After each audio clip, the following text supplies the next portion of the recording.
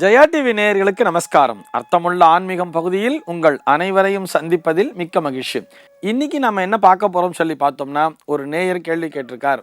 கிழக்கு அல்லது வடக்கு திசையை நோக்கி அமர்ந்து கொண்டு தியானம் அல்லது பூஜைகளை செய்ய வேண்டும் என்று சொல்கிறார்களே, இதற்கான காரணம் என்ன என்பதுதான் அவருடைய கேள்வி. அடியேன் இந்த கருத்தினை மறுக்கிறேன். இவ்வாறு கிழக்கு அல்லது வடக்கு நோக்கித்தான் அமர்ந்து கொண்டு தியானம் பூஜைகளை செய்ய வேண்டும் என்று சாஸ்திரம் வலியுறுத்தவில்லை. எப்படி தெரியுமா சொல்லியிருப்பா? தெற்கு நோக்கி உட்காராதேன்னு சொல்லியிருப்பா. தெற்கு திசையை நோக்கி அமர்ந்து கொண்டு பூஜைகளை செய்ய வேண்டாம் என்று சொல்லி இருப்பார்கள். அதற்கான காரணம் என்னவென்று சொன்னால், தெற்கு திசையிலே யமலோகம் என்பது இருக்கிறது, பித்ருலோகம் என்பது இருக்கிறது. அதனால் அந்த திசையை நோக்கி அமர்ந்து கொண்டு நீ செய்யாதே அப்படின்னு சொல்லியிருப்பா. ஈவன் நம் முன்னோர்கள் வழிபாட்டினை செய்யும் பொழுது கூட, அதாவது முன்னோர்களுக்கான தர்ப்பணாதிகளை செய்யும் பொழுது கூட கிழக்கு நோக்கித்தான் அமர்ந்து கொண்டிருப்பார்கள்.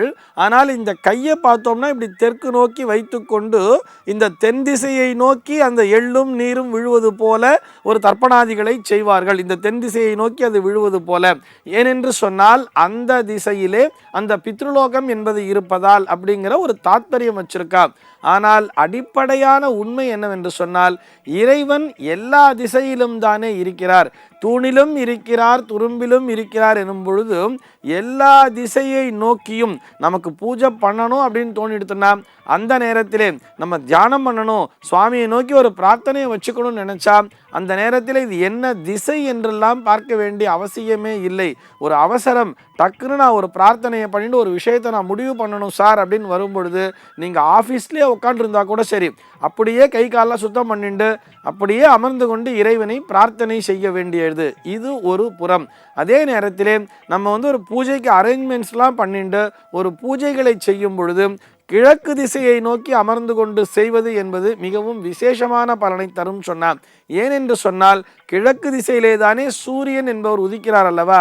அந்த சூரியனிடம் இருந்துதான், அந்த சூரிய கதிர்களிடம் இருந்துதான் ஆதார சக்தி என்பது கிடைப்பதனால் அந்த சக்தியோடு நாம் அந்த சக்தியினை பெற்றுக்கொண்டு நாம் பூஜை செய்ய வேண்டும் அப்படின்னு சொல்லியிருக்கா. இப்படி யோசிச்சு பாருங்களேன். பெரும்பாலும் நம்முடைய இல்லங்களிலே கிழக்கு நோக்கி தான் அந்த பூஜை ரூம் அப்படிங்கிறதே வச்சுருப்போம் இல்லையா? கிழக்கு நோக்கி சுவாமி படத்தை வச்சுட்டு இருக்கும் பொழுது நம்ம எந்த திசையை நோக்கி உட்கார்ந்து கொண்டு பூஜை பண்ணுவோம்?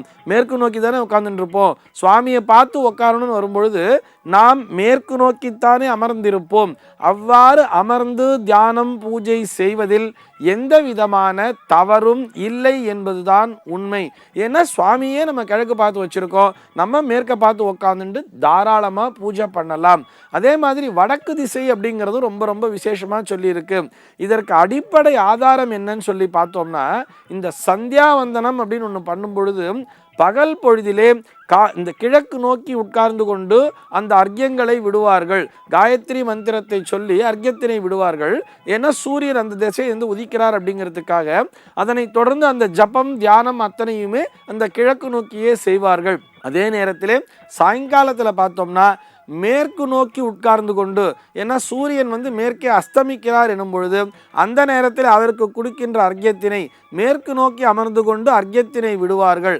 அந்த நேரத்தில் சூரியன்கிற அஸ்தமிச்சிடும். அதனால் அவங்க தியானம் ஜபம்லாம் பண்ணும் பொழுது வடக்கு நோக்கி அமர்ந்து கொண்டு ஜபத்தினை செய்வார்கள்.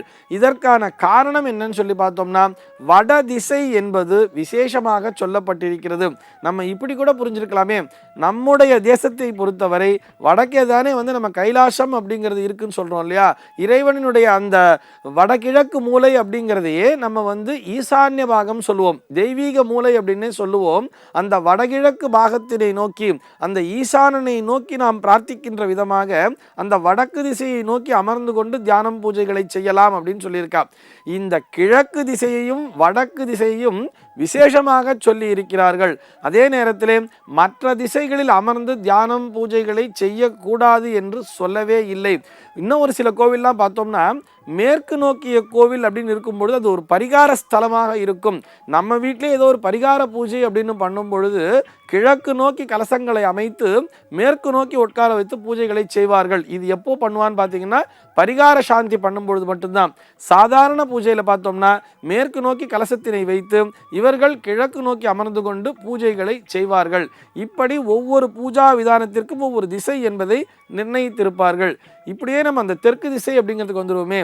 ஞானத்தினுடைய உச்ச நிலையை பெற வேண்டும் என்று சொன்னால் அதற்கு தென் திசையை நோக்கிய தியானம் என்பது மிகவும் விசேஷமாகவே கருதப்படுகிறது.